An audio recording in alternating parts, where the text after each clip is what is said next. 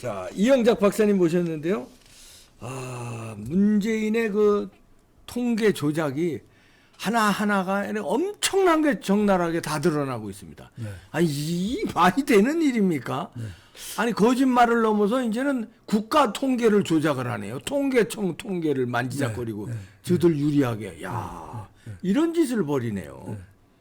저는 그런 짓을 암행어사 목을 친 문재인이다.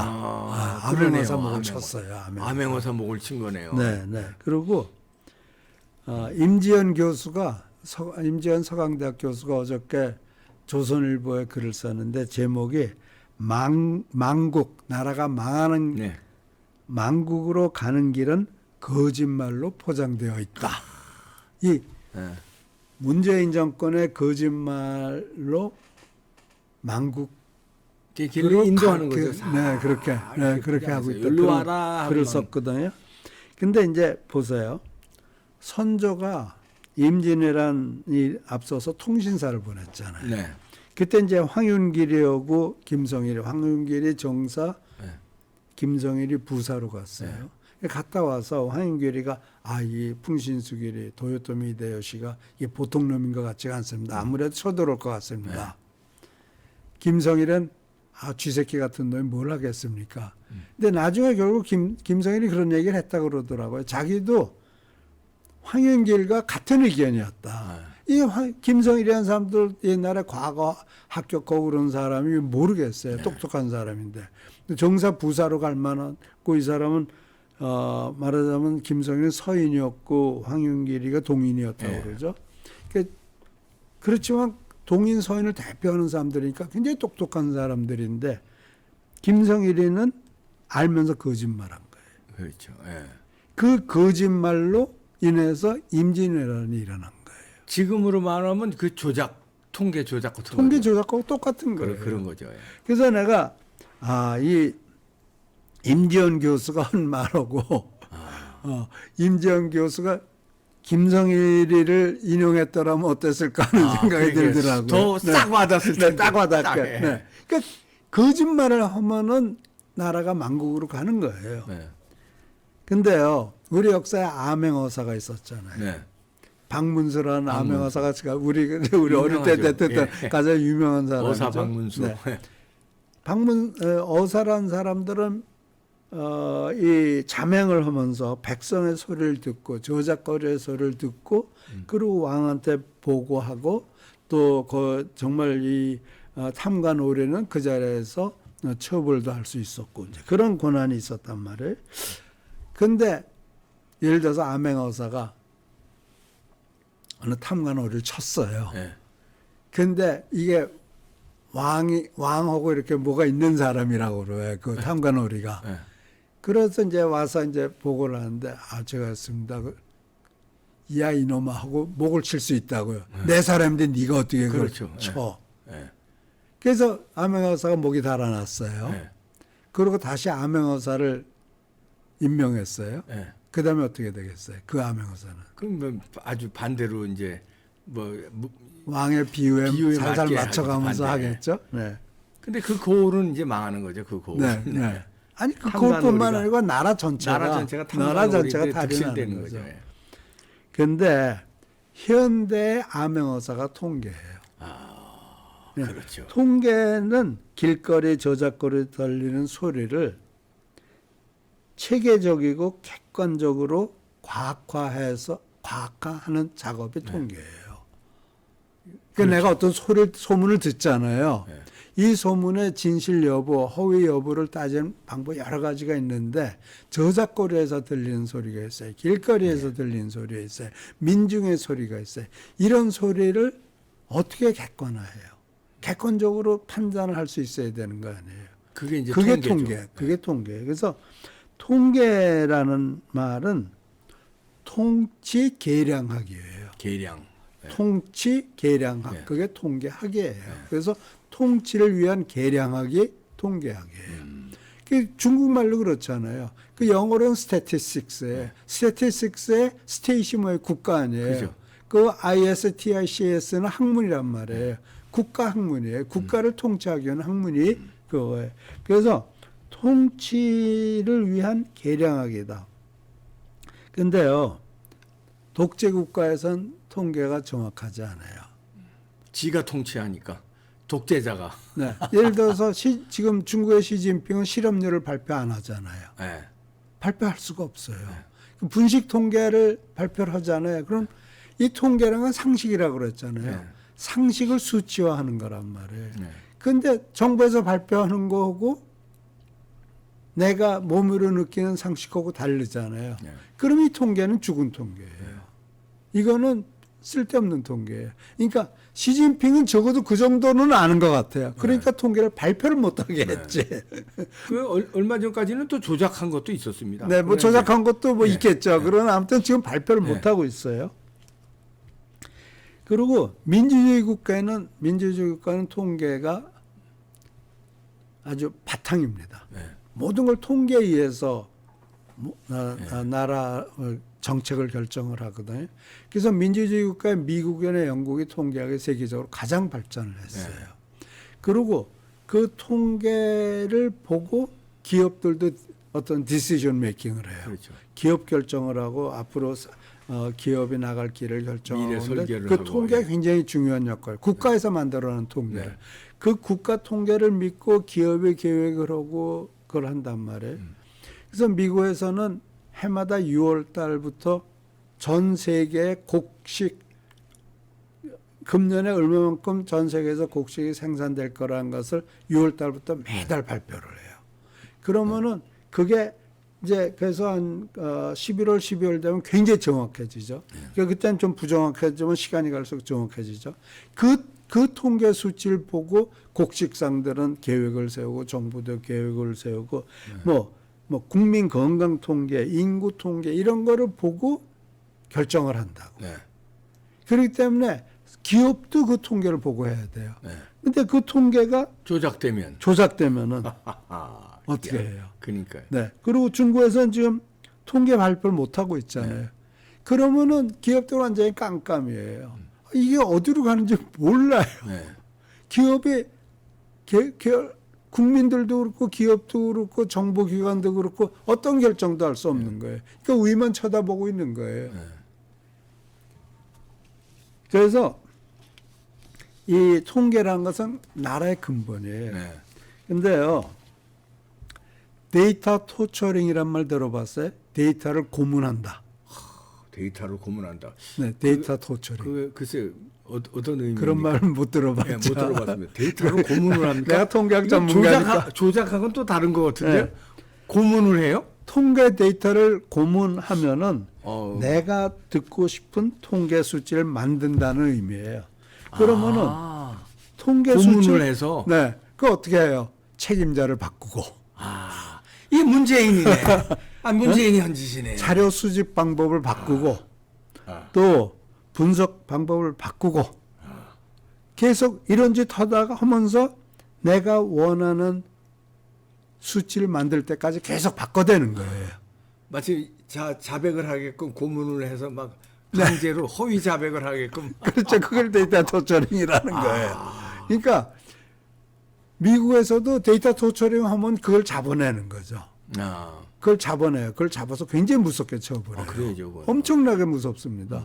그러니까 뭐 의사가 그런 짓 했다가는 환자 데이터를 조작하잖아요. 아유. 그러면 막 감옥 보내고 뭐 벌금도 엄청나게 씌우고 다시는 의사 못하게 하고 그래요. 네. 엄청나게 처벌하는 거거든요. 이 감사원에서 감사원 보고를 보니까 문재인 정부 청와대가 하고 그 국토부에서 2017년부터 4년간 94차례 부동산원을 압박해서 집값 통계를 조작하게 했다 이런 얘기를 하고 있어요. 그 고문했네. 고문. 네. 고문을 94회 고문한 거네요. 고문한 거죠. 야. 그러니까 이게 이런 걸 데이터 토처링이라고 그러는 거예요. 그래서 이런 그 데이터 토처링을 해가면서 나라를 다스린다는 것은 임지영 교수가 얘기한 대로 나라의 길을 거짓말로 깔아놓는 거예요. 그렇죠. 그 임지영 교수 말대로 나라는 그럼 망하게 돼 있어요. 그러니까 옛날에 구소련이 망한 이유가 그런 데이터 토처링에서 국민들을 계속 속인 거예요. 네. 그래서 소련이 망한 거거든요. 네. 그 문재인은 황수경 통계청장 해고했잖아요. 예. 말하자면 암행어사 박문성 목을 목을 친 친 거나 거죠. 마찬가지예요. 그 후임자가 뭐라고 그랬어요? 좋은 통계로 보완하겠다 그랬잖아요. 그러니까 데이터 토처링 해가지고 당신 비유에 맞는 통계 만들어 드리겠습니다. 이러니까 집값이 올라가고 고용이 형편없고 그래도 뭐 지금도 잘했다고 떠들고 다니잖아요. 아니, 그러니까 며칠 전에도 잘했다고 떠들었어요. 네. 그러니까 서울 와가지고. 민주주의의 근간을 완전히 흔들어 버린 거예요. 국민을 속인 거니까. 네. 국민을 속이는 통치자가 어디 있어요? 그건 독재제. 그래서 나는 이번 그런 기회에 이번에 그 데이터 토처링한 책임자들은 아주 정말 무섭게 처벌해야 된다고 네. 생각해요. 그렇지 않으면은 또 그런 짓 하는 사람이 나타날 수 있어요. 네. 통계 조작은 민주주의 국가에서 절대 일어날 수 없는 거예요. 내가 이제 내 경험을 좀 얘기를 할게요. 네. 내가 99년에 귀국을 해가지고 한 2년 뭐 한국에 있다가 갈 생각을 하고 처음엔 그렇게 오셨군요. 네. 한 2년 계시려고. 한양대학교 석좌 교수로 예. 왔거든요. 그래서 집도 대주고 뭐 자동차도 대주고 기사도 대주고 그랬으니까 이제 네. 왔자 한 2년 있다가 가겠다는 뭐 난 미국에 직장도 있었고 그랬으니까요. 미국에 집도 있고 뭐 다 근데 그냥 다 놔두고 왔다가 이제 23년에 이제 다 미국 집들까지 다 청산해 버렸어요. 네. 이제 우리 집사람 또 한국이 좋다가 한국에 살자고 그래가지고. 그래서 이제 2003년에 이제 집을 살라고 그러니까 주변 사람들은 야 노무현 대통령이 집값 잡는다 그래서 좀 기다려. 뭐 그러는 거예요. 네. 그래서 집값 떨어질 때까지 기다리래요. 근데 그래 알았어. 그러고 내가 다녀보니까 집이 없어요. 그런가 하면은 집값 떨어뜨린다 그러니까 네. 집을 안 짓는 거예요. 그렇죠. 네. 그러니까 시장의 원칙을 완전히 어긴 거죠. 그래서 내가 6개월을 정말 헤매고 돌아다녔어요. 네. 집을 하나, 아파트 하나 살려고. 내가 원하는 사이즈에 내가 원하는 동네 집을 구하려고. 6개월을 돌아다녔어요. 네. 그래가지고 내 지금 서초동 네. 집을 이제 그때 재건축 중인 아파트를 그때 샀거든요. 근데 이게 내가 다녀보니까 노무현 정권에서 집값 떨어뜨린다. 뭐 종부세 한다. 막 떠들어대니까 사람들이 집을 안 져요. 그렇죠. 집을 질 수가 없어. 겁나서. 그렇죠. 그러니까 집이 부족하니까 집값이 올라가게 돼 있어요. 오르게 되는 거죠. 네. 그래서 내가 그때 집을 샀는데 뭐 남이 뭐라 그러면 난 모르겠다. 근데 내가 1979년에 미국에서 집을 처음 샀거든요. 네. 그때는 인플레이가 너무 심했어요. 네. 경제가 카터 당시인데 경제가 너무 나쁘니까 이자율도 높고 그러니까 집값이 올라가지를 못해요. 그렇죠. 살 수가 이자가 없으니까. 세고 뭐 이러니까. 예. 그러니까 사람들이 이자 좀 내리면 이자 사야지. 내리는 거 사라. 그래서 내가 그랬어. 야 이자 내리면 집값 올라갈 거 아니야. 마찬가지야. 그러니까 살래 그러고 샀는데 그때도 큰일 날 뻔했어. 그랬네요. 그래서 그때는 2004년도에는 정말 집이 없더라고요. 그래서 아무튼 샀는데 결국은 이 노무현 정권 사람들이 길에서 들린 소리를 안 들은 거예요. 길을 다녀보질 않은 거예요. 내가 6개월을 헤매보니까 집이 없어요. 그러니까 당연히 집값은 자꾸 올라가고 떨어지는 게 아니더라고요. 그래서 내가 이제 그걸 했는데 결국 내가 아까도 얘기했지만 일반 서민들이나 시민들이 몸으로 느끼는 상식을 수치화하는 게 통계예요. 그리고 그 수치를 보고 지금 이 상황이 어떻다라는 것을 판단을 하고 그 판단에 따라서 국가를 다스리는 데 아주 그 중요한 역할을 하는 게 통계인데 그 통계를 데이터 토처링을 해서 내 구매에 맞는 자료를 만들어내면은 어떻게 되겠어요? 안 되죠. 어림도 없는 거예요. 그러니까 이 국가 통계를 그게 이제 아까 통계의 그 기본 이제 나라를 통치하는 계량화인데 이게 심각성을 모르고 자기들이 이게 하나의 방법으로 자기들 합리화시키는 방법으로 통계를 만지작거리고 조작을 하고 그러니까 그런 짓 거죠. 하면 안 되는 거죠. 그러니까. 그래서 지금 예를 들어서 지금 윤석열 정권은 있는 통계를 그대로 발표하잖아요. 그러니까 민생이 나빠 보이는 거예요. 그러니까 민주당 그거를 근거로 해가지고 비판하고 민생이 또, 어렵다, 경제가 어렵다, 막 윤석열 정권을 공격하는데 자기네들 거짓말 통계했잖아요. 그러니까. 거짓말 통계한 사람들이 어떻게 정직한 윤석열 정권의 통계 수치를 공격을 할 수 있어요. 그러니까 요번에 그거 박사님 그 뉴스 보셨죠? 중국하고 우리하고 축구 경기를 하는데 네. 우리나라 포털 사이트에서 응원하는 비율이 93%가 중국을 응원했다는 통계가 나왔어요. 네. 다음 사이트에서. 네. 그게 엄청난 조작했다는 게 나와. 아니 상식적으로도 말이 안 되는 거니까 뒤져보니까 조작한 거예요. 네.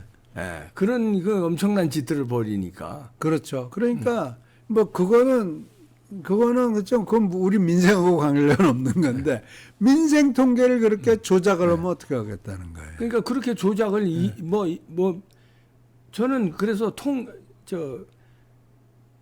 서버 건드려서 선거 조작하지 않았나 나는 그렇게 의심합니다 저는. 뭐 그런 그걸 아니 이런 거 무슨 부동산 통계, 경제 통계 다 조작하고 만지작거리는 놈들이 자기들 이기기 위해서 선거를 조작을 안 할까요? 글쎄 이제 그거는 없기를 바라는 거고요. 그런데 지금 윤석열 정권이 장악하고 있으니까 네. 그거는 윤 정권에서 해결해야 될 문제고 해결해야 그것의 됩니다, 진실을 밝혀내는 거는 이제 네. 윤 정권에서 윤 해야 정권에서 될 밝혀내야 일이죠. 됩니다. 네. 네. 그래서 저는